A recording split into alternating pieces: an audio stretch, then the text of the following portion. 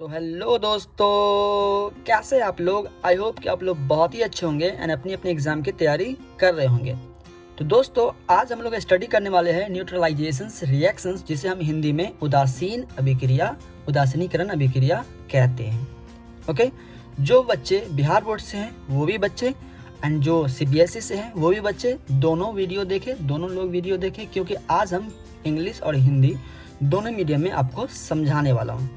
और वीडियो को कहीं पे भी स्किप मत करिएगा। ये रिएक्शन जो है वो काफ़ी इंपॉर्टेंट रिएक्शन है एंड एग्जाम में कई बार ये रिएक्शंस को रिपीट किया गया है, तो इसलिए ये रिएक्शंस को आप बिना समझे जाइएगा मत। अगर आप इस रिएक्शंस को छोड़ते हैं तो हो सकता है कि आप एग्जाम में 2 नंबर छोड़ देंगे या फिर आपको 2 नंबर कट जाएगी, तो इसको समझना काफ़ी ज़रूरी है। ठीक है, तो चलिए हम लोग रिएक्शंस को समझते हैं। तो मैंने जैसे लिखा है न्यूट्रलाइजेशन रिएक्शन जो होता है, जिसे हम हिंदी में उदासीनीकरण अभिक्रिया कहते हैं, मैंने लिखा है कि अ केमिकल रिएक्शंस इन विच, मतलब वे रासायनिक अभिक्रिया। जो बिहार बोर्ड से वो भी बच्चे यहाँ सुनते रहे, मैं हिंदी में भी एक्सप्लेन करूंगा और इंग्लिश में भी एक्सप्लेन करूंगा, दोनों में एक्सप्लेन करूंगा। दिक्कत वाली बात नहीं है। देखिए, इंग्लिश हिंदी काफ़ी, मेरे को हिंदी से ज़्यादा आसान इंग्लिश लगता है, तो इसलिए मैं दोनों में समझा देता हूँ कि बच्चे को कन्फ्यूजन ना हो। ठीक है, तो मैंने लिखा है कि अ केमिकल रिएक्शंस वे रासायनिक अभिक्रिया इन विच, जिसमें एन एसिड, एक एसिड बोले तो एक अम्ल, क्या बोले अम्ल, क्या बोला अम्ल, हिंदी में एसिड को अम्ल बोला जाता है, रिएक्ट करता है, क्रिया करता है, अभिक्रिया करता है, रिएक्ट करता है विथ अ बेस के साथ। किसके साथ? एक बेस के साथ, जिसे हम हिंदी में भस्म या फिर क्षार कहते हैं। ओके, थोड़ा सा यहाँ पे कटा हुआ, यहाँ पे इसको इधर कर देते हैं। ओके, क्या कहते हैं? विथ अ बेस के साथ क्या करता है? रिएक्ट करता है। एक एसिड एक बेस के साथ जब रिएक्ट करता है टू फॉर्म अ साल्ट, तब मुझे क्या बनाता है बोले? एक साल्ट बनता है एंड वाटर बनता है। क्या बनता है? साल्ट एंड वाटर बनता है, मतलब नमक लवण, इसे हम लवण कह सकते हैं। लवण एंड क्या बनता है? वाटर बनता है। आर कॉल्ड, वही न्यूट्रलाइजेशन रिएक्शंस कहलाता है, वही उदासीनीकरण अभिक्रिया कहलाता है। इस तरह से आप क्या कहते हैं कि डिफिनेशंस को लिख सकते हैं, क्या कहते हैं आंसर्स को लिख सकते हैं।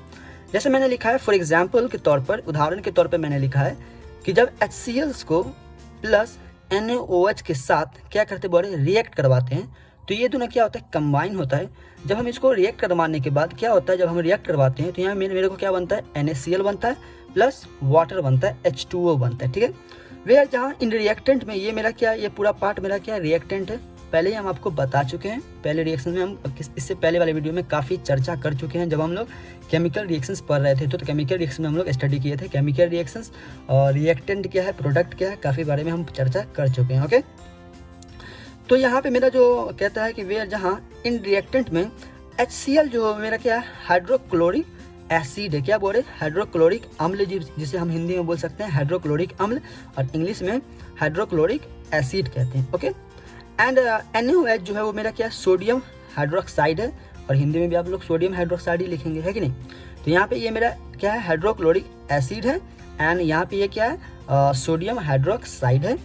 एंड यहाँ पे जो इन प्रोडक्ट में देखिएगा, ये मेरा क्या बोले? प्रोडक्ट है।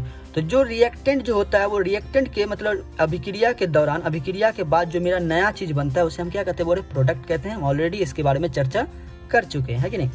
तो यहाँ पे NaCl जो है वो मेरा क्या है? सोडियम क्लोराइड है। जो मेरा हम HCl और NaOH को जब हम रिएक्ट करवाए थे तो मेरा वो क्या बना? एक क्या बना? NaCl बना, सोडियम क्लोराइड बना, एंड मेरा क्या बना? वाटर बना। तो यहाँ पे जो सोडियम क्लोराइड है ये मेरा साल्ट है। क्या है? साल्ट है, मतलब लवण है। इसे हम क्या कह सकते हैं? हिंदी में लवण और इंग्लिश में साल्ट कह सकते हैं। यहाँ पे लिख देता हूँ मैं। ओके, ये मेरा क्या वो बोले? ये मेरा साल्ट है, साल्ट, ये L है। ओके, ये मेरा वाटर ऑलरेडी पहले आप जानते हैं। और ये जो मेरा क्या है बोले? ये मेरा अम्ल है, ये मेरा क्या है? भस्म है या क्षार बोल सकते हैं।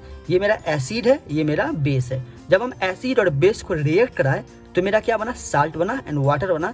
जैसे कि डिफिनेशन में मैं आपको बताया कि एक केमिकल रिएक्शंस वे रासायनिक अभिक्रिया जिसमें इन विच एन एसिड रिएक्ट करता है बेस के साथ, जब अम्ल क्षार के साथ अभिक्रिया करता है to form of salt and water, तब हमें क्या बनाता है? साल्ट मतलब नमक या फिर लवण बोल सकते हैं, एंड वाटर बनता है। वही क्या कहते हैं? न्यूट्रलाइजेशन अभिक्रिया कहते हैं, रिएक्शंस कहते हैं, उदासीनीकरण अभिक्रिया कहते हैं। क्लियर है? चलिए, अब यहाँ पे एक छोटा सा पॉइंट मैंने लिखा हूँ, उस पॉइंट को जरूर आप समझिएगा। मैंने लिखा है कि इन दिस रिएक्शंस, इस रिएक्शन में the properties of acid and base destroyed each other, मतलब जैसे यहाँ पे क्या कहते हैं कि एसिड मतलब अम्ल और क्षार जब रिएक्शंस करते हैं आफ्टर रिएक्शन मतलब अभिक्रिया के बाद जब मेरा जो NaCl बनता है, साल्ट बनता है और वाटर बनता है, तो ये दोनों रिएक्शंस के बाद क्या होता है, ये अपना गुण खो देता है। हिंदी में गुण कहते हैं और इंग्लिश में प्रॉपर्टीज कहते हैं। तो इस रिएक्शंस के बाद जो होता है वो क्या होता है, एसिड एंड बेस क्या होता है, वो अपना गुण खो देता है। लाइक मान लो कि मेरे पास 2 रुपया है और आपके पास 4 रुपया है, दोनों आदमी मिलाकर किसी को 6 रुपया दे दिए, तो हम दोनों ने क्या खोया, मैंने 2 रुपया खोया, आपने 4 रुपया खोया।